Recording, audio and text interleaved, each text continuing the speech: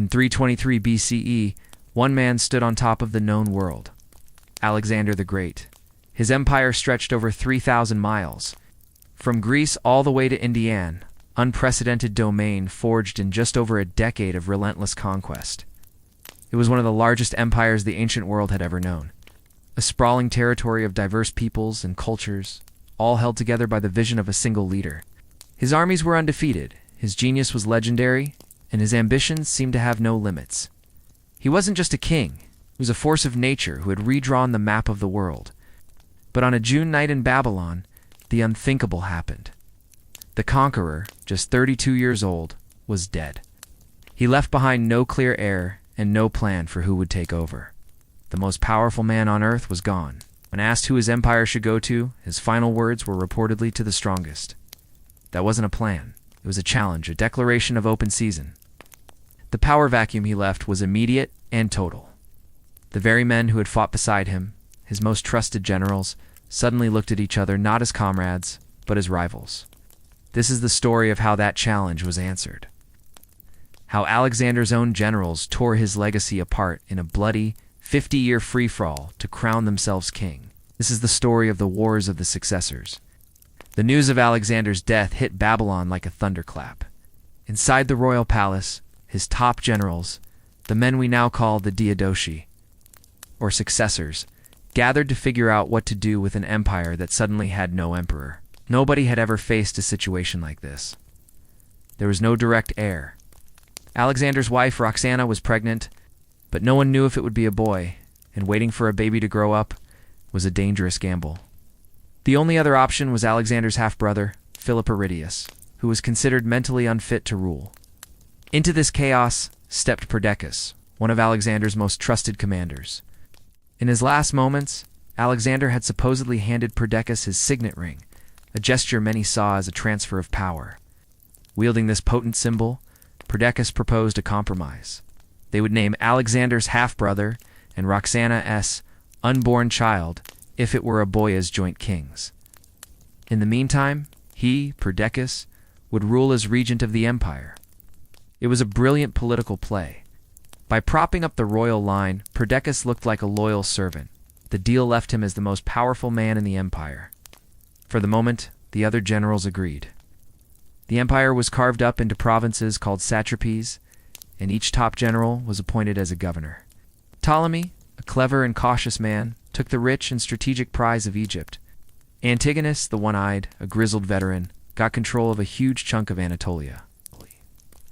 This agreement, the partition of Babylon, was supposed to keep the empire together. In reality, it was just a ceasefire between men who were already sharpening their knives. As Regent Perdiccas started acting less like a caretaker and more like a king-in-waiting. He led the army, crushed rebellions, and even tried to marry Alexander's full sister, Cleopatra, which would give him a direct claim to the throne. The other successors watched with growing dread. They hadn't gotten rid of one king just to get another.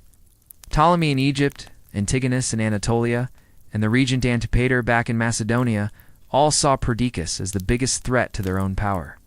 The lines were being drawn for the first great conflict war, not between rival empires, but between the broken pieces of one. The fragile piece was bound to shatter, and it all started with an incredible act of body snatching. For 2 years, Alexander's body had been in Babylon, while a spectacular funeral carriage was built to carry him home to Macedon. But Perdiccas, the regent, had other ideas. He knew that possessing the body of the godlike conqueror was a powerful symbol of legitimacy. Whoever had the body had a direct link to greatness. So, he ordered the procession to be brought to him. Ptolemy, the shrewd ruler of Egypt, knew this game better than anyone. He wasn't about to let a symbol that powerful fall into his rival's hands. In a daring plot, Ptolemy arranged for the funeral convoy to be hijacked. As it reached Syria, the entire procession took a sharp turn south and headed straight for Egypt. Perdiccas was furious. He'd been outplayed. Ptolemy met the stolen corpse with a full army, gave it a royal welcome, and buried Alexander in his capital. This was more than theft. It was a declaration of independence and an open challenge to the regent. It was the spark that ignited the first war of the Diadochi. Outraged, Perdiccas marched the main imperial army toward Egypt, to punish the rebel and get the body back. Meanwhile, the other major players, Antipater, Craterus, and Antigonus, formed a coalition against him, eager for a chance to tear down his central authority. Suddenly, the empire was at war with itself. The war had two fronts. In Asia Minor, Perdiccas's loyal general Eumenes scored a major victory, defeating and killing the respected general Craterus. But in Egypt, Perdiccas's campaign was a total disaster. He failed to cross the Nile, and his army suffered devastating losses. Morale plummeted. Perdiccas, whose ambition had blinded him, had made too many enemies. In a shocking twist, he was assassinated in his own tent by his own officers, one of whom was a commander named Seleucus. Ptolemy, the victor, smartly turned down the offer to become the new regent. He preferred his secure kingdom in Egypt. A new deal was made at Triparadisus. The real winners were the men who had mutinied. For his part in the assassination, Seleucus was rewarded with the incredibly wealthy province of Babylon. Antigonus the Wynite was put in charge of hunting down the isolated Eumenes. The war had succeeded in breaking the power of the regent, but it solved nothing. It just removed the first major player from the board, making way for even more ruthless ones. With Perdiccas gone, the man who filled the void was Antigonus Monophthalmos. The one-eyed Antigonus was a hardened veteran from the old days, and he had a single, all-consuming ambition to reunite Alexander's entire empire, with himself as the new Alexander. He relentlessly hunted down Eumenes, the last loyalist to the old regime. After years on the run, Eumenes was betrayed by his own troops and executed. Antigonus now stood as the undisputed master of Asia. Just as his power peaked, chaos erupted back in Europe. The regent Antipater died, but passed over his own son Cassander, naming another general as his successor. Cassander, furious at the insult, fled to Antigonus for help, sparking another war. In Macedonia, things got ugly. Alexander the Great's mother, Olympias, in a fit of rage, had Alexander's disabled half-brother, King Philip III, murdered.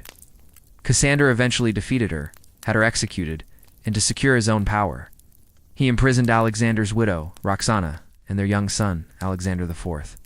The last of the royal line were now his prisoners. Antigonus's power was now so immense, it terrified his former allies.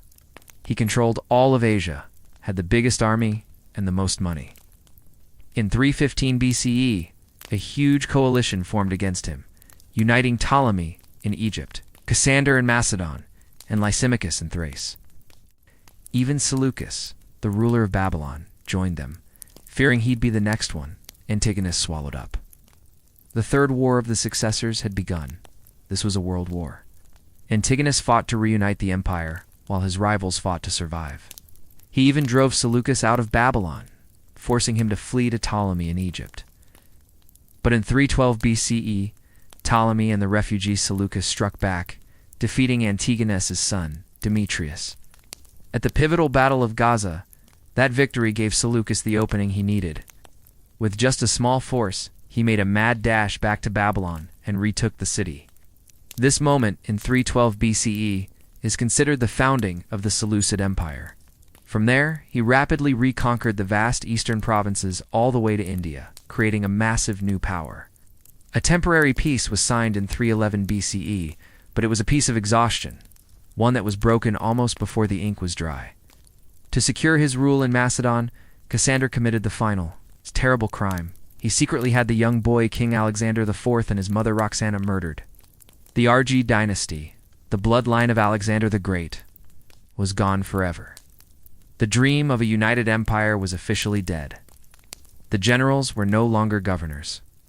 They were kings in all but name. The stage was set for the final act, a conflict that would pit the aging Antigonus against a world of rivals determined to carve out their own kingdoms.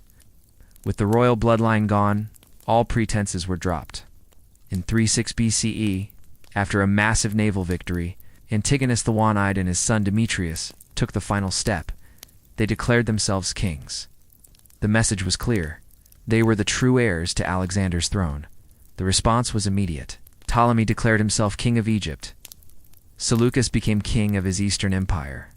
The governors had become monarchs. The world was now officially divided.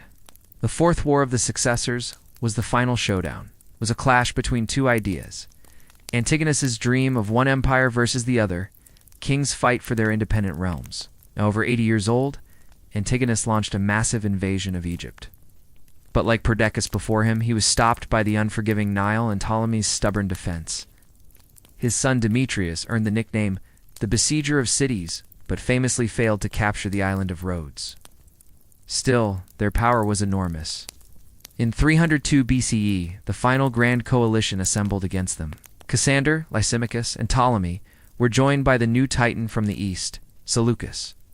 After consolidating his power, Seleucus marched west with a huge army that included a game-changing weapon acquired from India, 500 war elephants. The armies met in 301 BCE at Ipsus, in modern-day Turkey. This was the climax of the entire 50-year struggle. On one side, King Antigonus and his son Demetrius. On the other, the allied forces of Lysimachus and Seleucus. With slightly fewer men, but with a cavalry advantage and, crucially, over 400 war elephants. It was a clash of titans. Demetrius, leading the cavalry, shattered the forces opposite him, but in a rush of youthful confidence, chased them too far off the battlefield. Seleucus saw his chance. He used his elephants to form a living, moving wall, cutting Demetrius off and preventing him from returning to help his father's infantry. Surrounded and isolated, the Antigonid phalanx was broken. Antigonus, who had never lost a major battle, refused to run. At 81 years old, he stood his ground until he was cut down by enemy javelins. The death of Antigonus at Ipsus wasn't just the end of a man, it was the end of a dream. With him died the last real chance of ever putting Alexander's empire back together. The victors at Ipsus carved up the spoils. Lysimachus took much of Asia Minor.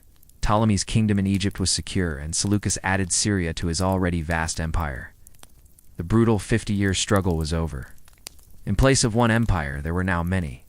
3 great dynasties would dominate the coming centuries: the Antigonids in Greece and Macedon, the Ptolemies in Egypt, and the sprawling Seleucid Empire in the east.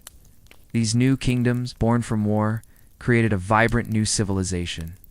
Cities founded in the wake of Alexander's conquests, like Alexandria in Egypt, and Antioch in Syria, became glittering centers of trade, science, and art. Blending Greek culture with local traditions, its new, Hellenistic world would shape the region for centuries and profoundly influence the later rise of Rome. But the wars never really stopped. The division of the empire just created new rivalries. The Ptolemies and Seleucids would fight each other for generations over their borders. And far to the west, a new power was stirring on the Italian peninsula. Rome was watching, and in time, it would turn its gaze east and, one by one, swallow every single kingdom the successors had bled to create. If you're fascinated by the epic conflicts of the ancient world, make sure to like this video and subscribe for more deep dives into history. And let us know in the comments, which of the successors do you think was the most capable? The cautious Ptolemy, the ambitious Antigonus, or the resourceful Seleucus? Thanks for watching.